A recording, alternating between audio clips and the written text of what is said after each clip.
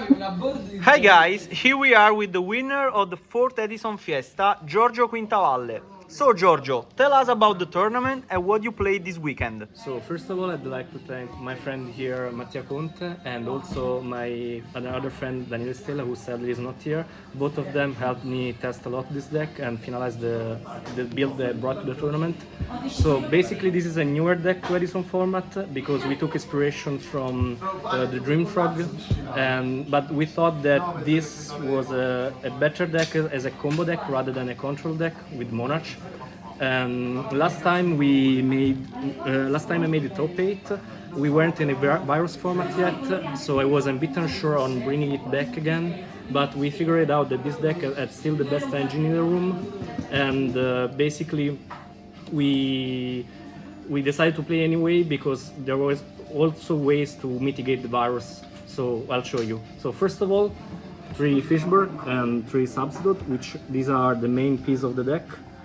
Then of course 3 Swoop Frog, and then 3 Death Frog. At first, when we started testing this deck, we also tried playing only 2 because of course we want to minimize the bricks, and also we were focusing on the Colossal OTK, which you only need 1. But basically, since we are now in a virus format, we wanted to be more aggressive, so we put it back at 3, of course, which was honestly correct. Then only 2 Duke Frogs, which are the minimal amount you could play, and basically, as you will see, we play a minimal amount of frogs because for a few reasons. So first of all, we saw that the worst hands of this deck usually were the ones where we only drew frogs, and another reason is that we wanted to make room for more draw power, as you might see later, because we wanted to be faster in a virus format and kill rather than have a better grind game with third dupe and Unifrog. Also because the deck, since was consistently making Worm into OTK, didn't use Unifrog much in the testings, and basically that's the main reason. So this card, for example, was the Nuts because it allows you to make Worm and Armorium with 1 less material, which is insane. Also makes the play around Gorz OTK easier. And we also played only 1 of these because technically this deck can also play without it. And you would rather get Didi Crowed on this than the Fishburg or Pot. So at that point, the second one becomes just too slow. So then, of course, 2 Dandelion and Ocean, which is of course a target for Future Fusion. Of course, drawing Ocean sucks, but we still were okay with this decision because it's still an Aqua. You can pitch it with a Swap or Fishburg, and also you can recycle it with Murray and Pot. And we wanted to maximize the consistency because like this card is insane, honestly. So that's the main reason we play this. So these are the monsters. Then for the spells, we also played 3 Upstart Goblins. As I said, we wanted to have more draw power and consistency because the only games usually which we were losing in prey side were the ones where we usually were bricking. So we rather have more draw power because even if we can't kill in the same turn, we'd rather still play and rather than bricking. Also, this deck usually is more than able to do more than 10,000 damage. Also, if you just go for Colossal OTK, sometimes the life points with Upside usually doesn't even matter, so that's the reason. Also, if you have everything already, you can just discard it with Fishburg if you don't need the draw, so it's okay. Then, of course, 3 Salvage, 3 Murray, 3 Pots. These are all insane with 1/1 Foolish, Storm, and also Tornado. We didn't play MST because we felt like it wasn't needed. We just wanted to draw the blowout card into an OTK since we had much more draw power, and then 3 Reckless. Then for the side deck, I guess first we played 3 Didi Crows because basically we were already covering everything else with all the other cards in the side deck, and we wanted something for the combo decks, especially the mirror match because I know it's a newer deck, but people were started playing it in online, and we figured out that this was actually one of the best decks in the room, so we wanted to be prepared. In fact, there was one in top 16, so I'm still glad that I played this, even also because I did face, funnily enough, a Norellas Turbo in round 2, which I wouldn't won without it, so I'm glad I played it. Of course, we still included Unifrog post side, because since you have to respect any more floodgates post side, you have to side out a short amount of draw power, so you tend to have more grindy games where this card shines the most. Also because you need to respect, of course, the floodgates like Oppression and Mask Restrict. And also another reason why we didn't include in the main deck is that we noticed a lack of popularity right now of Oppression in Values, and Blackwing main deck is less popular than before, so we were okay with this decision. And also it didn't come up much at all in prey side because I was OTKing most of the time, so it was okay.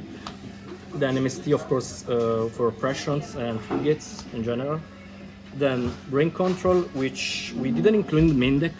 It might sound a bit weird, but basically when we were trying it, it always felt underwhelming, because funnily enough, this deck always has an extender to start his plays, and usually you don't even want to take their monster because you need their monster to crash into it with Colossal Fighter.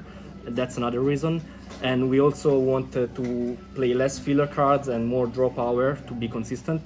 So we felt okay with this change. We were just siding it going second against decks like Blackwing, Gladiator Beast, and Hero to play around cards like Icaro, Gemini Spark, and Chariot. Also, we didn't include Guards in the main deck because same reason, like we felt like this deck is very fast. We felt like it wasn't really necessary. Also has bad synergy with Recklesses, because you usually want to wait to activate in your main phase or standby phase, so you want the extra card, and also poor synergy with Future Fusion, so we just wanted to have velocity with extra draw power instead. Also, we didn't play Guards in the side deck at all, because post side we of course want to respect Fossil Dyna, so we didn't like to just side it at that point. And then this was actually very good, so we decided to play this as a removal option for cards like Paki or Vanity's Fiend or Christia. We decided to play this over Raigeki Break because basically Raigeki Break felt too heavy with our deck choice, because our main win condition post side was still like the Fishboard combos rather than have a mid-range plan.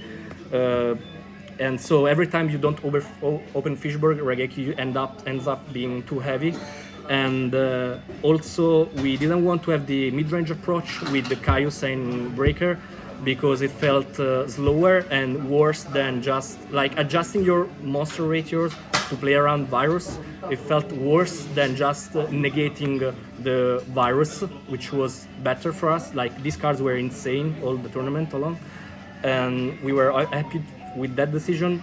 Also because like another reason for Caius and Breaker is that people were still siding in against me, for example, pulling the rod in testing online, because for two reasons: either a lack of knowledge of the deck, so you might think I have Caius in the deck, or maybe because you saw the online list where they were popular, which did side in Caius and Breaker. So we didn't want to give value to pulling the rug. So that's also why another reason we didn't play them. And also this card is very, very good because it's a quick spell, so you can remove the Paki instantly, and since it's quick, you can also do it in standby phase, so you don't lose the Treeborn summon. And also has a nice synergy with Reckless. And then in the end, of course, other removals, and Dashshot to cover also other combo matchups alongside with Crows. And then in the end, like the Exa deck, of course, the Fusion Target, then 2 Colossals and 2 Armory. Mainly the second Colossus is here just to play around a Necrogardena, because sometimes there are scenarios where you are able to make 2 of these. Also sometimes you make 1 just to kill Titanial, so that's why we played 2. Then Synchro 5 options that usually sometimes comes up. Synchro 6 that you do to OTK, this is insane, honestly, best card. Like, you do a lot of cool stuff, like playing around Gords, OTKing with Armory Arms. And then Brionac, Black Rose, Stardust, and Wurm, all another insane cards. So that's it. I hope you enjoyed this deck profile, and see you next time. Okay, Giorgio, thank you so much. See you soon at the next tournament. Bye!